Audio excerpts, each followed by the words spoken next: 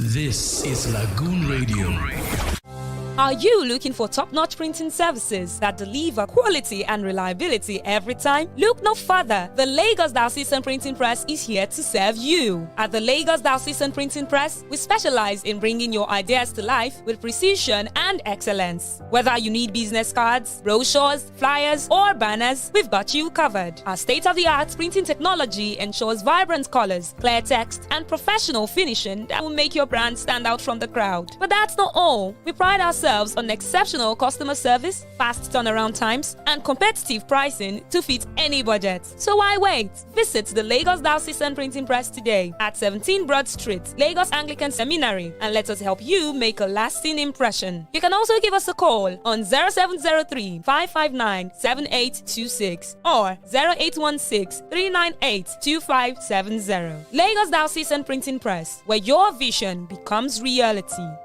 Hello everyone, I am the Right Reverend Ifedola Senasu Gabriel Okupevi, Bishop of Lagos. You are listening to Lagoon Radio, your number one online gospel radio in Nigeria and the official radio of the Diocese of Lagos Anglican Communion. God bless you as you keep on listening to us. God bless Nigeria. God will keep Nigeria. Lagoon of blessings will be upon you. Keep on listening. Keep on smiling, and peace will reign in your domain. In Jesus' name. This is Lagoon Radio.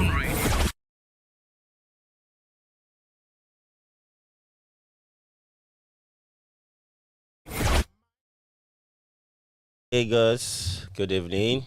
Welcome to the 5th edition of Hello Doctor.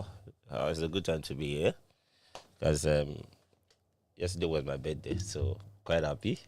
It's been a very good weekend and the beginning of a new week. So today we are going to continue giving you educative and informative topics, especially those ones that might be causing problems outside there, especially with your doctors and all. So today we'll be discussing traditional medicine. But before I go on, I hope we are all coping well with the whole oil situation in Nigeria. I believe one day, everything will get fine. We'll have the country we hope and pray for. Okay, so just keep the hope alive. Don't allow frustration to get into you. Last week we discussed about depression, and I believe things like this might actually stress people up.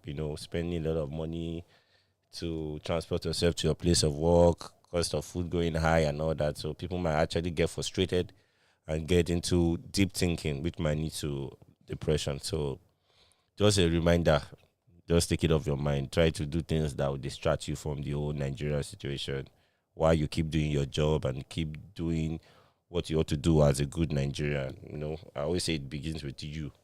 How you do, how you behave, how you do things, especially if you are in a position where other people are taking from you or they are feeding through you. You need to manage those positions very well. So back to today's topic, traditional medicine.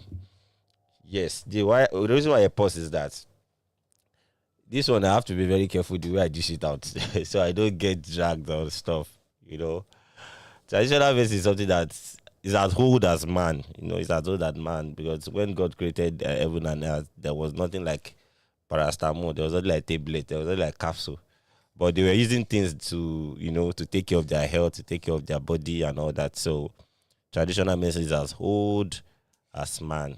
And to let you know, all the medications you are using now, they're actually from plants. They're actually from leaves, barks, and all that. So I'm not going to say it's not good, as maybe some people were expecting me to be saying. Because I remember I posted the flyer on my status, and I have a friend in France. He just said, "Sure, they take agbo." I'm like, you see now, people usually mistake this thing for only agbo and all. I take all this stuff. So let me just give a definition of traditional medicine. This is actually a definition given by World Health Organization, WHO. It says, traditional medicine is a sum total of knowledge, skills, and practice based on the theory of belief and experience indigenous to different cultures that are used to maintain health as well as to prevent, diagnose, improve, or treat physical and mental illnesses. if you notice, they talked about knowledge, they talked about skill, and they talk about practice. So they are not just saying it's just about you drinking it or swallowing traditional medicine. They're actually talking about the skills also, the practice. So this entails everything that has to do with the use of herbal drugs for traditional medicine. So you don't just say, my mama used this agbo when I did small, so I will give it to my children. You might not get enough knowledge at what your mom has actually learned about it. So it's not just about using. It covers the knowledge, the skill, the practice. Okay? So I said it earlier, all drugs are from plants. The paracetamol we use these days, the capsules, the syrups, it's just that they have been refined. They've gone through some processes where they remove what we call adulterates, things that are not needed. They remove them and make it refined and place it in a way that it will be easy for us to consume. If they give us, some of us leaf now, ordinary bitter leaf, some of us cannot chew it because of the taste. So what our orthodox guys did is to bring out the active constituents from these plants, from this leaf, from this bark, from this root, and refine in a way that we can use for our own health improvement. So there's no drug that is coming from space. They are all from here, from here, this earth. You might be saying that, okay, there are some that are more like inorganic production. Yes, there are some chemicals that they can mix and, to bring out some kind of element. But at the same time, even these chemicals are actually from medications, from plants also, like I wanted to say. They're actually from plants. So all these things I'm trying to say is that the origin of medicine on its own is from herbal medicine. That's from traditional medicine. So it's not about just only those agbo and all that. We're talking about anything that has to do with drug, that has to do with plants, roots, barks, and all. So has been well used in practice now. In fact, these days we now see that there are some medications. They just bring plants, they blend them, they refine them, then they put it in capsule. So when you open some of these capsules, you see as if they blended leaves or woods or barks into it. So they are now well in practice, very, very well in practice, though they have their own limitations, which are part of what we are going to discuss today. But they are well in practice. There is no place in the world now. There's no place in the world, I can repeat it, that they are not going deep into traditional medicine. Everybody now accepts that this is the source of medicine. So they are trying to go back and see if they can remove some of those limitations and make it work again. We have a lot of them now in Nigeria. Even some, they call them bitters. They call them capsules and all. But I have some limitations, which I'm going to discuss today. And the problem we have is that they are easily abused. I'm going to discuss that too. They are easily abused. People feel that they can just walk up anywhere to all these adbo seller and take whatever they want. Sometimes they will just go there. Some people are not even sick. They'll just tell you that they want to take something for, what do they call it where I come from? They call it onikokoro. It's actually arthritis in English, but they call it onikokoro. Like, I want to take something to like, okay, are you sick? I am not sick. I just want to take it. I'm like, no, now it's not proper. It's not proper. Some of them just want to use that opportunity to abuse it or to abuse alcohol, because most of these medications are made from alcohol. So I will tell them that just say you want to drink alcohol. Then you can easily buy pure alcohol. You can buy gin and anything instead of abusing this medicine. So people usually give reason why they go into use of agbo and the likes of them. Sometimes it's due to the environment where they stay. Some of them stays in remote areas like villages and some towns that don't have access to basic health facilities. So they tend to go into herbal medicine, traditional medicine, because they don't have access to orthodox practitioners. So they go into that, and they are closer to plants. They are closer to leaves. So it's easier for them to just use them. And some are for cultural reasons, okay? Some people use it as more like a traditional stuff, that this is what we do in my house. This is how we do it. For example, there are some family, when they give birth to newborn, there's a particular concoction they make. I think it's common in Yoruba people. They use it to wash the or to bathe the baby, to bathe the baby. They said it cleanses the skin and all that. So some of them are actually for cultural. Some people tell you that this is how we do in our family, that every first child, they will have to drink this thing. They have to take this thing. So some people do it for cultural reasons. Why some people is because they've had issue of failure with modern medicine. Okay, maybe some of them have, let me use malaria for example, and they feel that after taking anti-malaria, I did not get a very good result. Then they go back to the use of agbo iba. That's how they call it in Yoruba, agbo iba. They go back to the use of agbo because they've seen that, or they feel that the modern medicine has failed them. Why some of them, they're actually for the fear of counterfeit drugs. Some people are scared of fake drugs. They always believe that there's originality in agbo, that you cannot buy fake that you cannot buy fake agbo, but you can buy fake paracetamol. So it's the fear, because some of them will tell you that this is what you have been using before tablet came, accepted. So you cannot get fake of that one. No. I'll go and plug the trees myself. I'm going to plug the leaves myself. I prepare the agbo for myself. So I'm very sure that I'm not taking fake. So some of them, that's the fear they have. While some people, their own reason is the fact that our modern facilities are way too expensive for them to afford. They believe they are too expensive, that instead of, for example, if somebody has a fracture and they're supposed to go to an orthopedic hospital, they will tell you that the orthopedic hospital is too expensive. I cannot afford it. So what they do is that they just go to the local physiotherapist, those local ones that they just fix bone. You just go to those ones, and those ones will use plants and other things. Those ones are actually way cheaper. They use other things to work on the person. So some people prefer traditional medicine because of the cost of orthodox medicine. And sometimes some people are scared of the practitioners in these new modern facilities. They say they can be very harsh. They can be very unfriendly.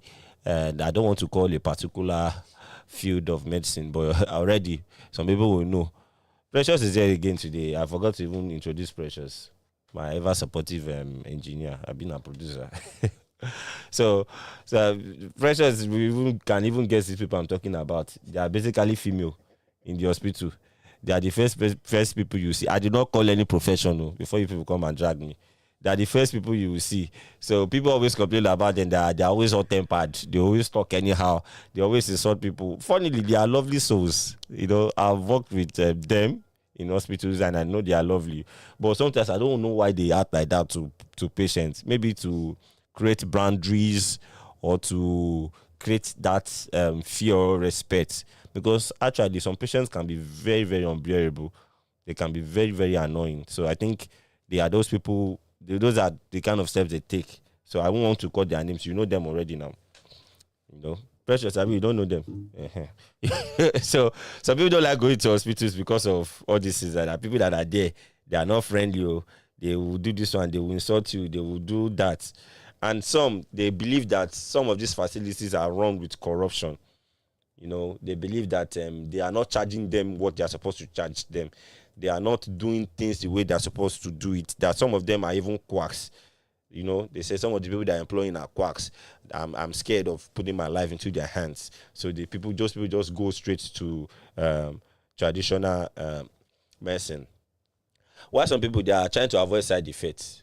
Yeah, I won't lie to you. Most of our medications, like I always tell people, all medications are poisons if you don't use them properly.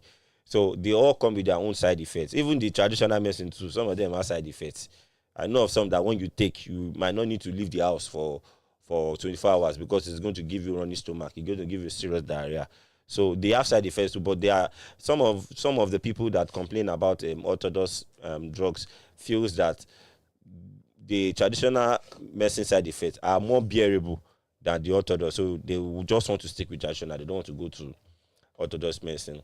And also, they give you a reason that traditional medicine is very easy to understand. It's simple to understand, You don't need to start writing formula. You don't need to start calculating time to take, time not to take, and all that, You don't need any special technology to prepare.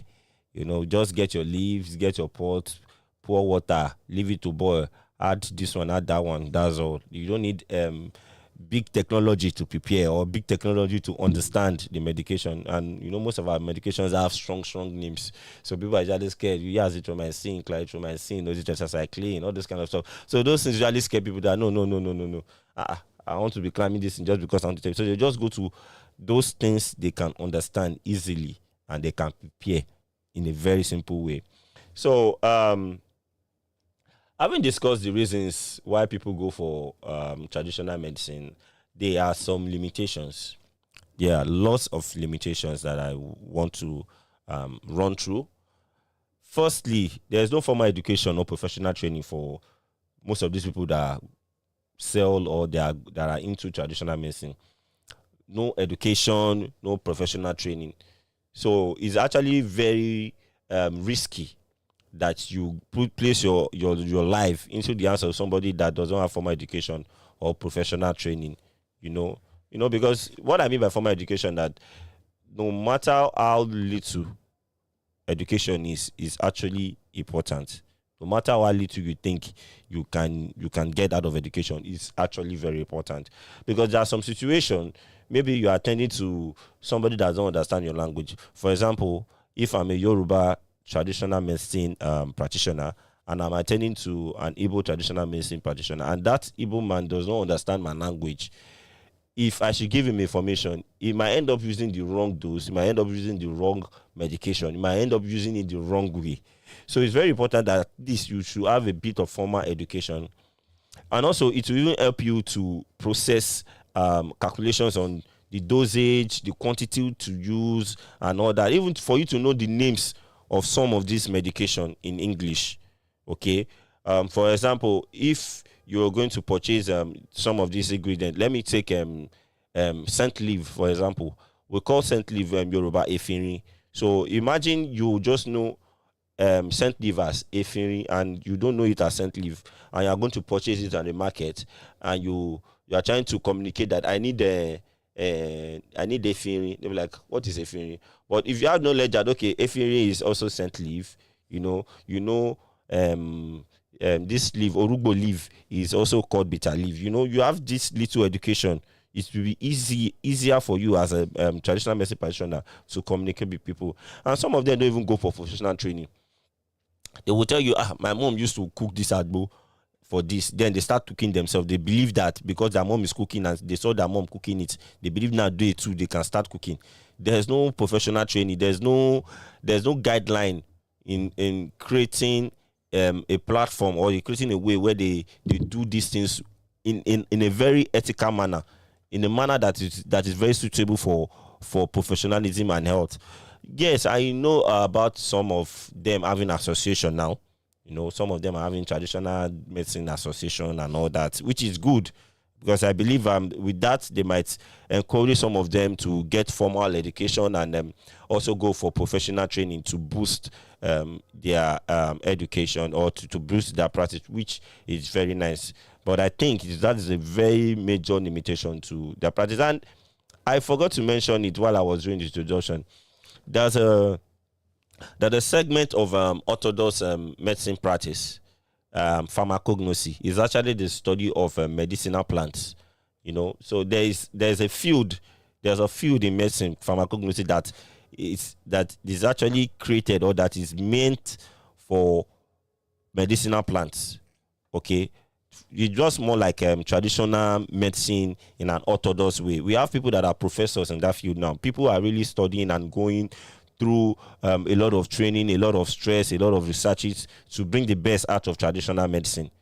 Pharmacognosy is a field out of that. So people can always find it a kind of a thing of joy to learn, to go to school. They are doing these courses in school now. It doesn't mean it's only people that are not educated that can run tradition. There are people that are professors in this field. I one of my former lecturer, Professor Dukoya, I think she's the first and female professor in pharmacognosy. There are a lot of them doing so well in this tradition. In fact, traditional medicine, like I mentioned, all over the world is something that is bringing a lot of money, a lot of attention, a lot of projects, a lot of procedures. So it's something that people can look at. Formal education and professional training is a limitation which needs to be addressed.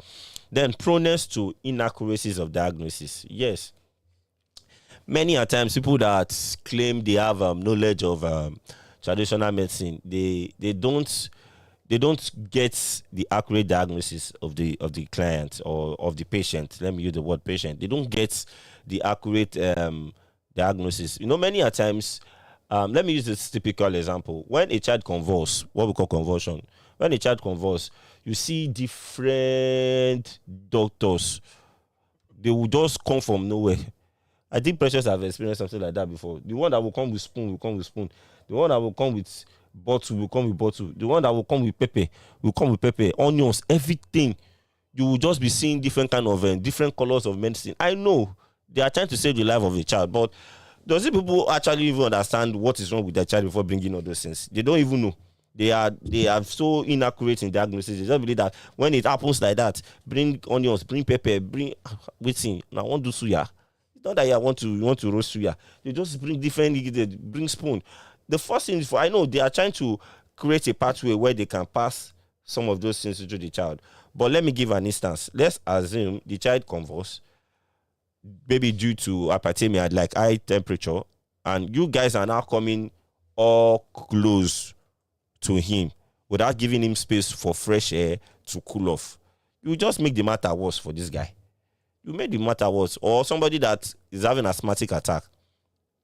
Now you are not choking him. He's not having access to oxygen. You make the matter worse. So it's not.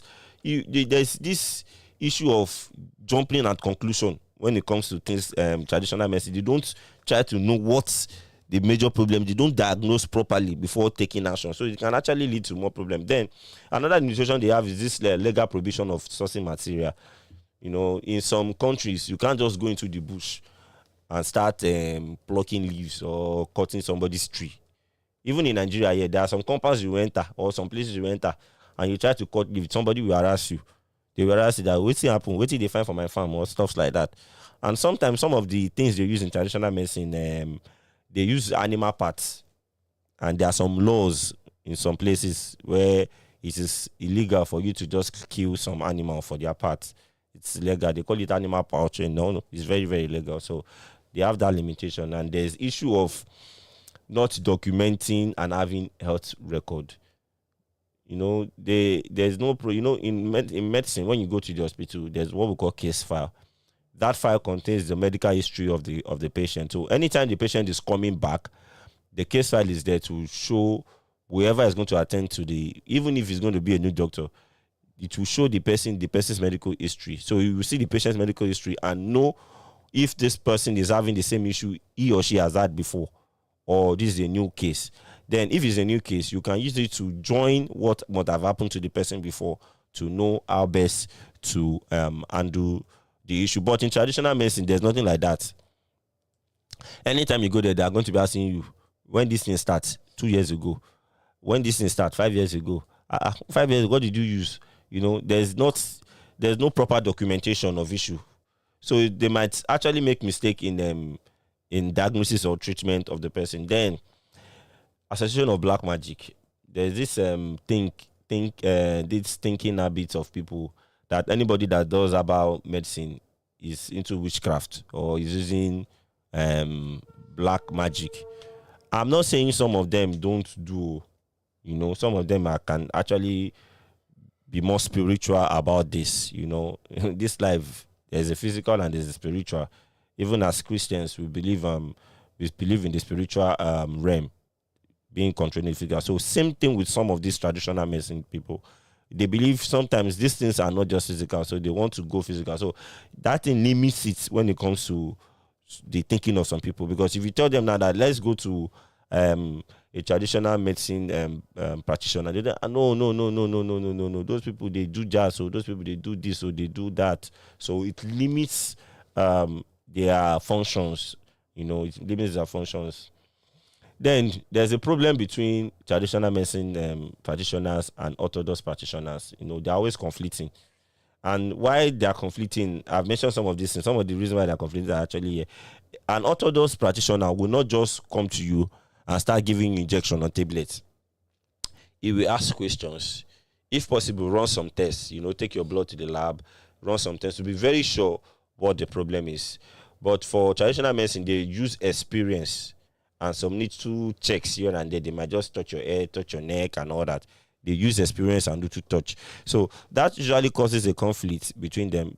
If let me use a pregnant woman for example. When a lady is pregnant, some of them prefer to go to the people they call alagbo, those traditional midwives. So when they go to the traditional midwife is trying to look at the tummy and see the position of the child. This child is not positioned well. Let me help you and move it. If that person eventually goes to antenatal and tell the doctor that I have been to a traditional midwife before to check, some of them might not take it lightly. They might even say they are not treating the person again. That go back to your traditional midwife, and it's not supposed to be so. They can actually find a way of margin. I remember there used to be a midwife. She's late now. May her soul continue to rest in peace.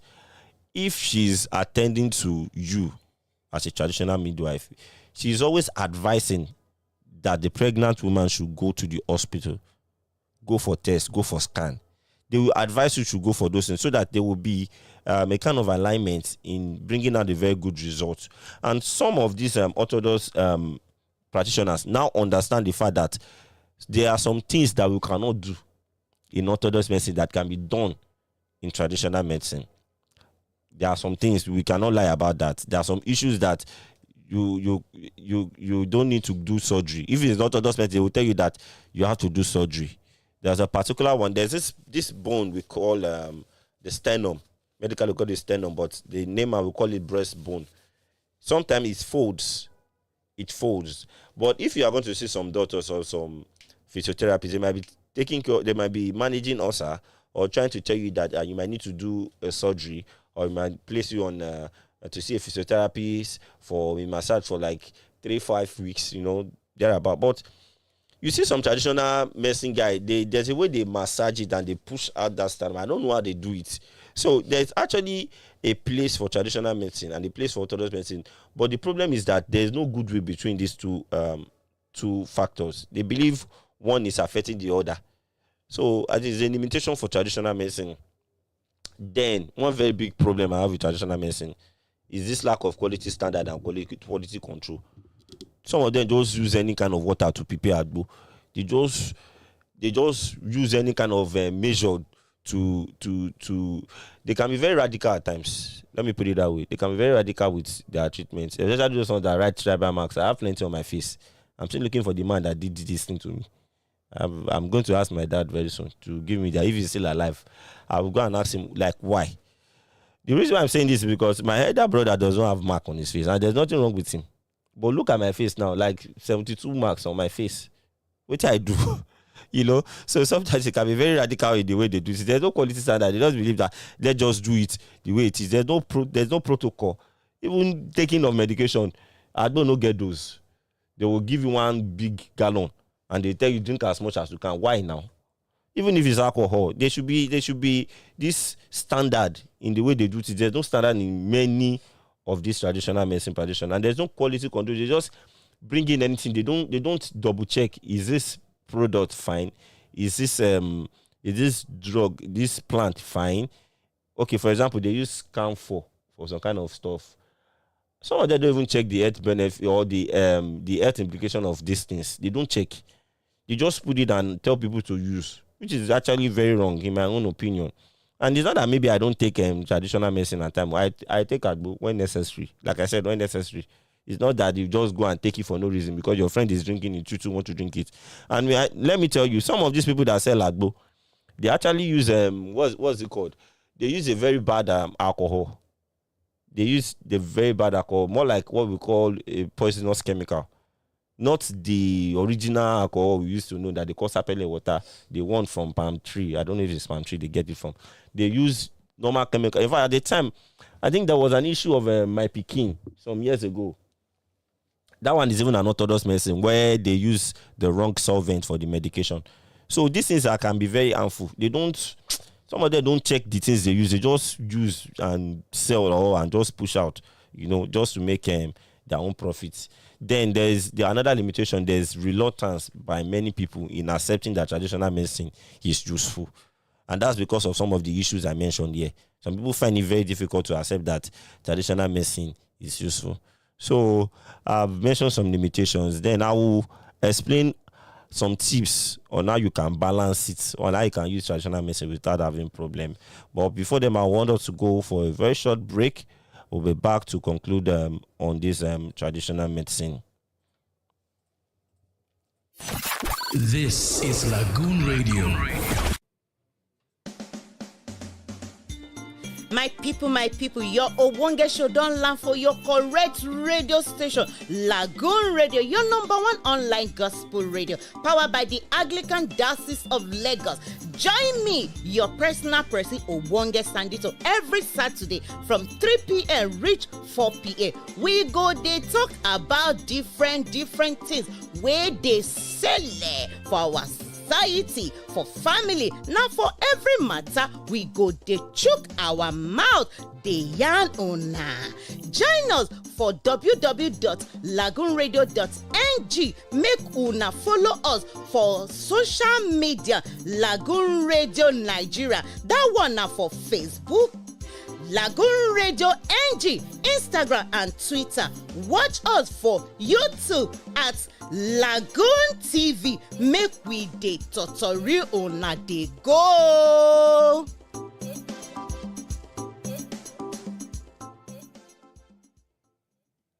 Bible talk am for Obadiah 1 verse 17 say na who fit run go Mount Zion go free and na him go holy, and all Jacob pikin go fit collect their plenty better property. Baba God fit do anything wey him want, and na him ready to comot all the plenty yamayama wahala wey dey do you if you put mind for him matter. All of us wey dey for Diocese of Lagos Anglican Communion don join body tell you make you show for this new level wey we wan start. Dem dey call am diocesan breaking of fetters, and we know say Baba God go help person wey need help. He go comot yamayama for plenty people body, and him go make all of una life better. Now every third Tuesday this one go dey happen o for also Church Lekki wey dey for number 15 Kayode Animashaun Street, wey dey for Admiralty Way side for inside Lekki phase 1. E go start for 11 o'clock for morning time. Anybody wey call Baba God name na him go see help and things go dey okay for am. Oya run come collect brekete blessing and miracle o. Na Right Reverend Ifedola Senasu Gabriel Okupevi, the oga patapata for Lagos Diocese Anglican Communion, na he carry this story come. This is Lagoon Radio. This is Lagoon Radio. Are you looking for top-notch printing services that deliver quality and reliability every time? Look no further. The Lagos Diocesan Printing Press is here to serve you. At the Lagos Diocesan Printing Press, we specialize in bringing your ideas to life with precision and excellence. Whether you need business cards, brochures, flyers, or banners, we've got you covered. Our state-of-the-art printing technology ensures vibrant colors, clear text, and professional finishing that will make your brand stand out from the crowd. But that's not all. We pride ourselves on exceptional customer service, fast turnaround times, and competitive pricing to fit any budget. So why wait? Visit the Lagos Diocesan Printing Press today at 17 Broad Street, Lagos Anglican Seminary, and let us help you make a lasting impression. You can also give us a call on 0703 559 7826 or 0816 398 2570. Lagos Diocesan Printing Press, where your vision becomes reality.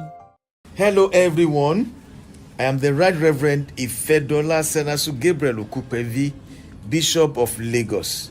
You are listening to Lagoon Radio, your number one online gospel radio in Nigeria, and the official radio of the Diocese of Lagos Anglican Communion. God bless you as you keep on listening to us. God bless Nigeria. God will keep Nigeria. Lagoon of blessings will be upon you. Keep on listening. Keep on smiling, and peace will reign in your domain. In Jesus' name. This is Lagoon Radio.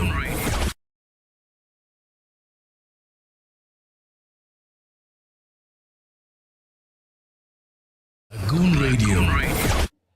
Yeah, welcome back to Hello Doctor on Lagoon Radio, Lagoon TV. It's been fun. We're discussing traditional medicine.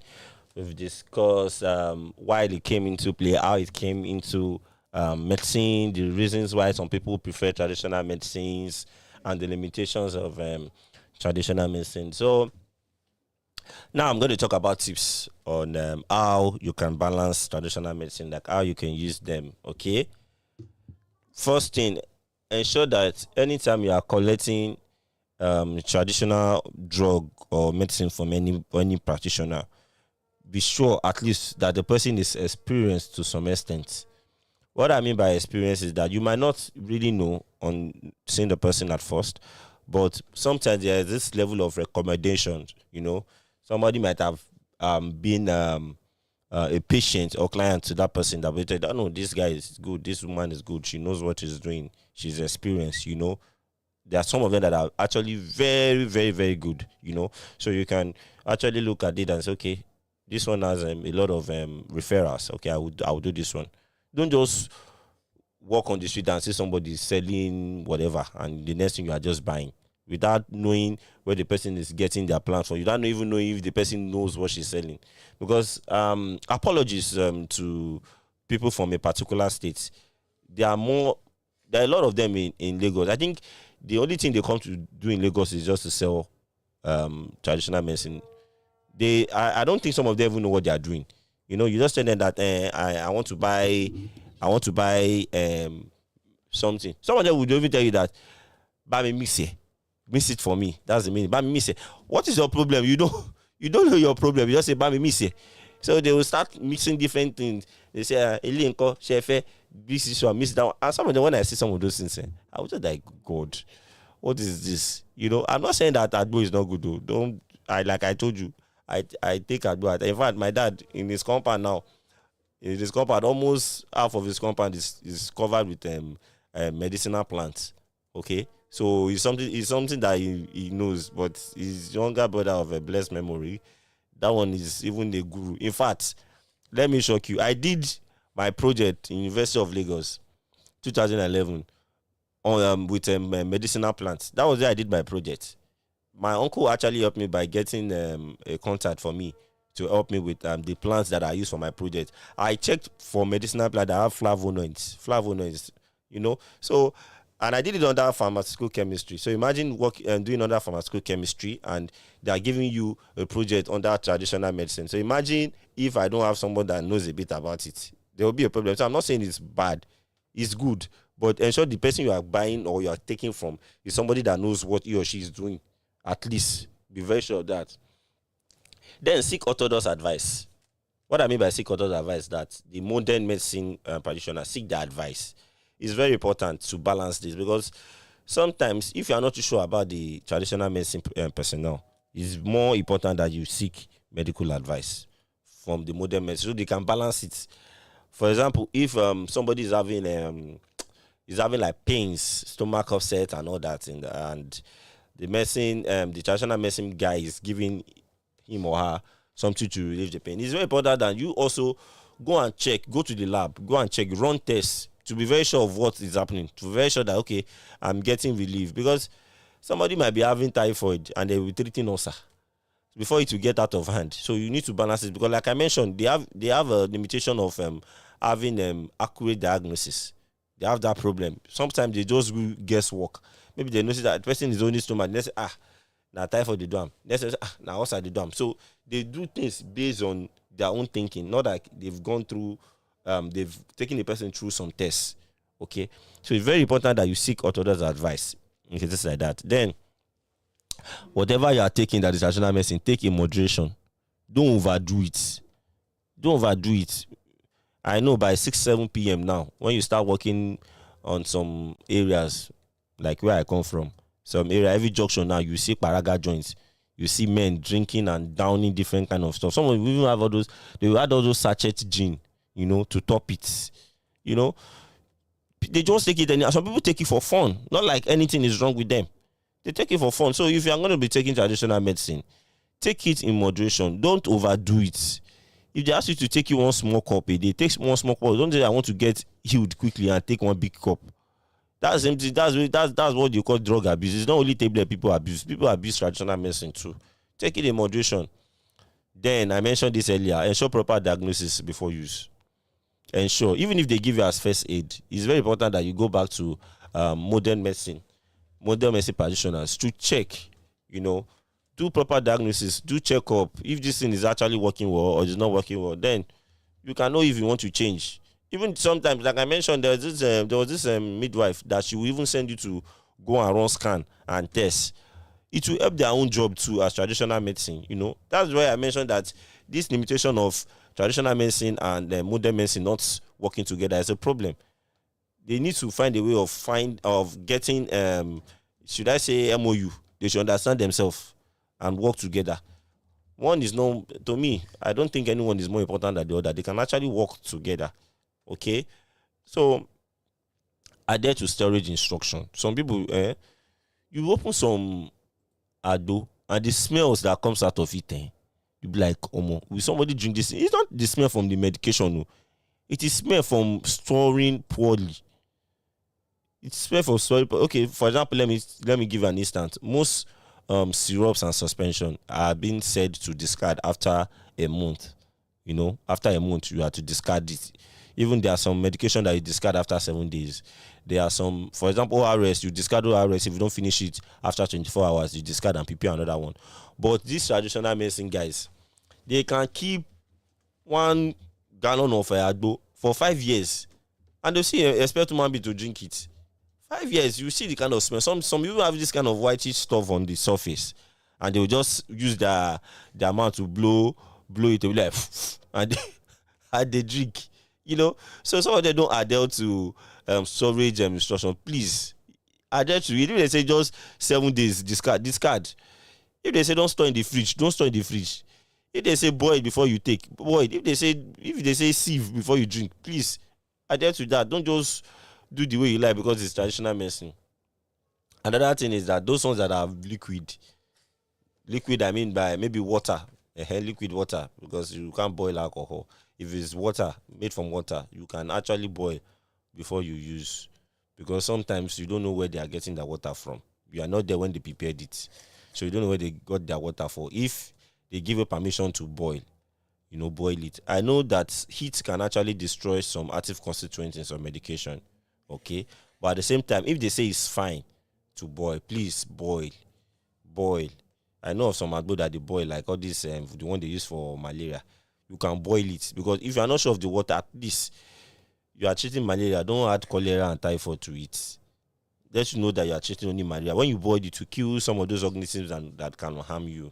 Okay, so I believe we've actually learned 1 or 2 from here. We have a question here, so I will quickly take the question. Okay, this question is saying, will there be issues if one treats an illness in both ways at the same time? Very good question. I mentioned it that one of the limitations is that there's no cooperation between traditional medicine and orthodox practitioner. Then this question, you can actually have a very good result when you take both system. There's not necessarily going to be an issue. But what I would tell you is that if you're taking traditional medicine and you want to take orthodox, ensure that you are informing the orthodox doctor that I'm taking some herbs. Okay, if possible, tell the traditional practitioner that I'm taking some medications from the hospital, so they will know where to meet. So there won't be any form of adverse reaction or drug reaction. Okay, you need to let the person know that I'm taking some medications from the hospital. Okay, like, for example, there are some medications you can't take with alcohol. Some tablets you can't take with alcohol, and there are some medications in herbal medicine. Let me take an instance. There's herbal concoction that can actually give diarrhea. If you want to defecate, maybe you have an issue with constipation and you want to take it. Imagine you are now using it, and you now go to meet a medical practitioner and tell the person the same thing, and you didn't tell the person that they've given you an agbo or something, concoction to help you with your constipation. The person now adds something like Bisacodil to you or liquid paraffin. It will just double the effect, and that might actually be fatal. Might actually cause some fatal issues. So it's very important that you let them know. But for the problem, it doesn't necessarily mean that's going to be an issue. It doesn't necessarily mean that's going to be an issue. So I think at this point we are going to stop here, so we can continue next week. And please subscribe to Lagoon TV, subscribe to Lagoon Radio. to get. It's not just only medicine we discuss. There are other very lovely programs, sports, live, and all that. I think there's a program for relationship too, and there are some spiritual programs too that you can learn from. If you don't go to church, like okay, he goes to church. He says he's going to be a priest soon. So you can listen to some of those programs and get yourself built spiritually. So my name is Olasimbo Anjorin. I'm a pharmacist and I'm a public speaker also. And also I'm a musician, I'm an instrumentalist. So if you have any question or you want to contact me, my WhatsApp number is 080 54 781415. I go again 0054781415. I'm on Facebook, Olasimbo Anjorin. I'm on Instagram, Olasimbo.Anjorin. So I'll call it an evening here, and I'll be seeing you on our next edition of Hello Doctor. Bye. This is Lagoon. This is Lagoon Radio.